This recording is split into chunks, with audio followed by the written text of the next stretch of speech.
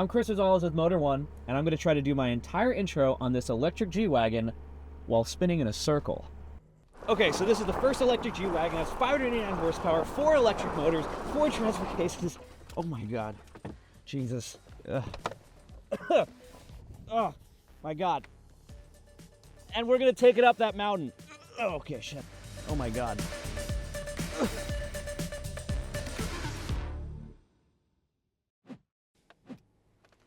Okay, I've had a nice vomit.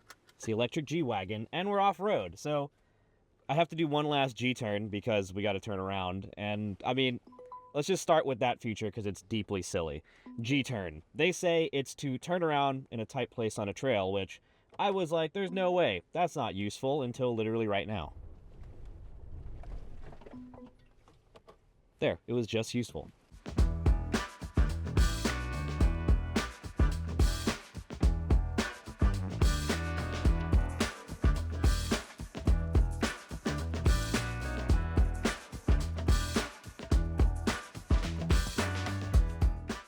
A core tenet of a G-Wagon, always, despite its reputation for being the runabout of international arms dealers, is that it needs to go off-road. It needs to climb mountains. If you point at something, it needs to go up that, because you can't say no to your boss when he has a gun to your head, and you need to get the shipment of guns to the buyer and get the problem taken care of. Just like with a Rivian, it's 4 motors, 1 in each corner. But unlike a Rivian, each motor has its own transfer case. So it's not really a transfer case, they call it. It's basically a low range. Each motor has a low range. It's not like any low range you've experienced on a normal ICE car, because normally you put it in low range, thing starts groaning, it starts climbing up. But in low range, it basically feels like normal. And the reason for that is because electric motors don't really need this gearing advantage. They have the maximum amount of torque possible at 0 RPM. They did it for a bit of a feature, let's say, a bit of theater to make it seem like something is happening. The core of it, though, is this is an insanely capable off-roader. Even on, for some reason, this thing comes on like eco normal tires, not off-road tires. It will climb up anything with ease. The G-Wagon's history is as a utility vehicle, and the G-Wagon's historic testing ground is a place called Schuckel Mountain. I think it's in Austria. Sounds like it's Austrian, right? Apparently, one of the core tests of the G-Wagon is they drive down this mountain at high speed, and nothing should fall off the thing. Here's the thing with the G-Wagon. It hasn't changed at all since about the 60s, 70s. This body shape, this A-pillar, everything back you see, is almost exactly like it was back then. And that's what's cool about it, is that it's retro modern chic.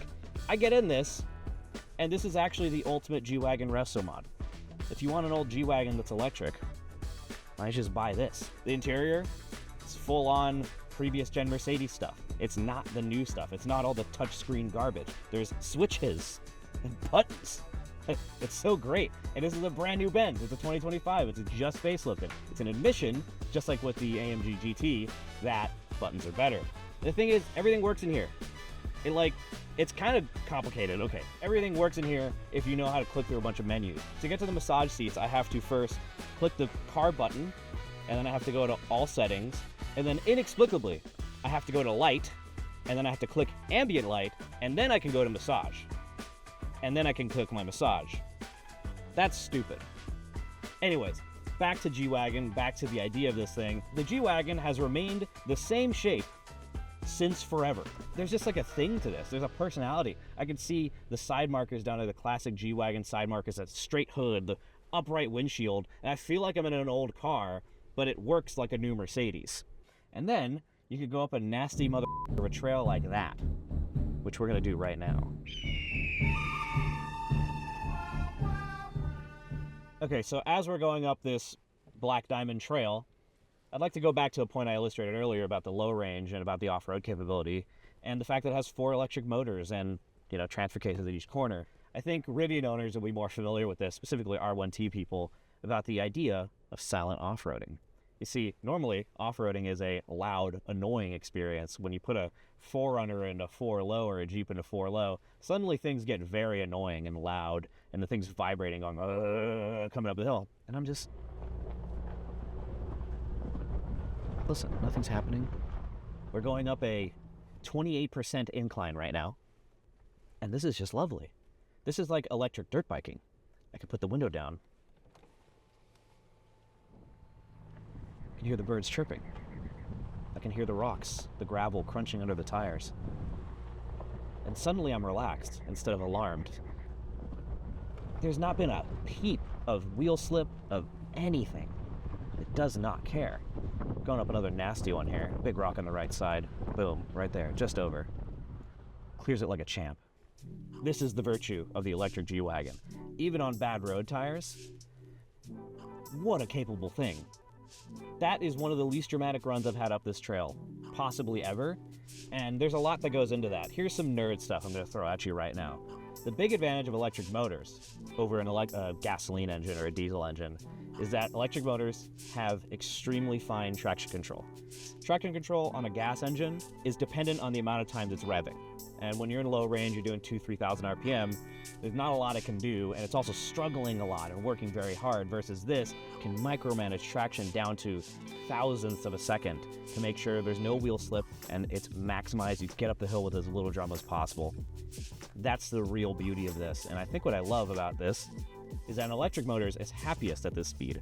It's really not using a lot of energy to move itself at, 6 miles an hour. It's really efficient here. Let's talk a little bit about the outside now. So look at all the boxy cars in history. And you know what? This is the king box. This is the box to end all boxes. There's a lot of little things they did for efficiency. For example, there's no big bull bar on the front like you see on some G63s. Most of the grille is blocked out, and there's things done for efficiency rather than ruggedness off-road. There's still a skid plate, but it looks a bit more aerodynamic than usual. The underbody is now pretty flat because it's for electric motors. I think what annoys me the most is how normal the mirrors look. Oh, here's the one thing. The spare tire carrier, no longer a spare tire carrier. Now it's a little storage cubby where you can put the EV charger, actually, that I think they give you with the car. What I love is this juxtaposition, to use an SAT word, is you have all this new stuff in here and you have all this old stuff out there, and it just works together so beautifully. It's such a nice object of design, and I think even though you expect a G-Wagon to be an esoteric, completely vain object, this is actually the most wonderful mix of usability and design in a Mercedes EV so far. And it all works really well, and it all feels pretty high quality, which a lot of recent Mercedes have not felt high quality. This thing is sick, and it backs up every bit of that G-Wagon heritage, which is crazy for an electric car. There's no heritage. Is this the first electric car with heritage? Imagine the idea of an electric Civic Type R. That can't tap into its heritage as an electric car, versus an electric G-Wagon can. It doesn't change fundamentally for what it is by being electric versus a sports car does. I feel like this has lost nothing from being electric. That's a first. That's very strange. All right, here's my gripe with this thing, and we're getting off the off-road now, and we're getting onto the on-road now. Rejoining society.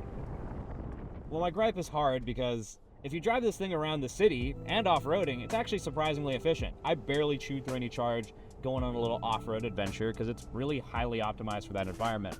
But it's not optimized for is highway cruising at even 75 miles an hour. It's supposed to get 220-ish miles of range on the highway, and you don't really get that. In a way, it's extremely European. It's designed for short commutes, if you have a charger at home, and if you're not going anywhere particularly fast or particularly far. It's meant to go very slowly off-road and very slowly around Beverly Hills and Santa Monica and Bel Air and Calabasas and Woodland Hills. Oh, and Baldwin Hills, that too. Can't forget about Glendale. Don't forget about Glendale. For sure a G-Wagon place.